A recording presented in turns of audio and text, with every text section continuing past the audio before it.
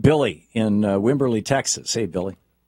How you doing, Tom? Listen, the problem that I've got with Martin Luther King Day is not with celebrating the life and the heroic actions of Martin Luther King. It's with the fact that the left has hijacked Martin Luther King's message. Really, I just got a Twitter from Fox News saying we celebrate Martin Luther King. What? I'm not sure I understand what you mean. What does that mean? Well, I don't think Fox News is the left.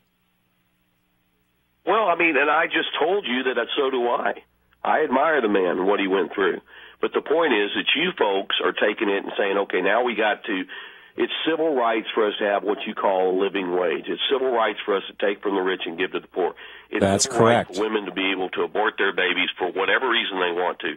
It's civil rights for us to be alleviated from having guns in our society because people get shot.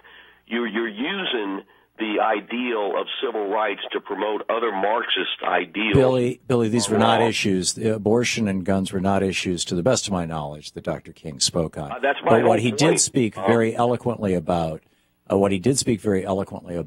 was that all work has dignity, and anybody who works in the United States, who keeps their nose to the grindstone, keeps their nose clean, and works a 40-hour week should be able to raise a family and buy a house. Number one. Thing you talk about and number two is code words.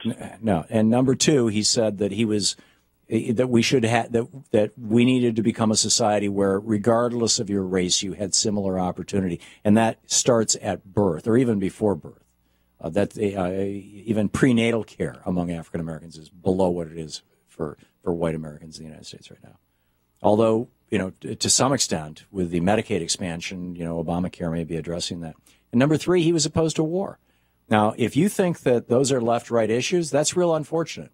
But it's to some extent it's true.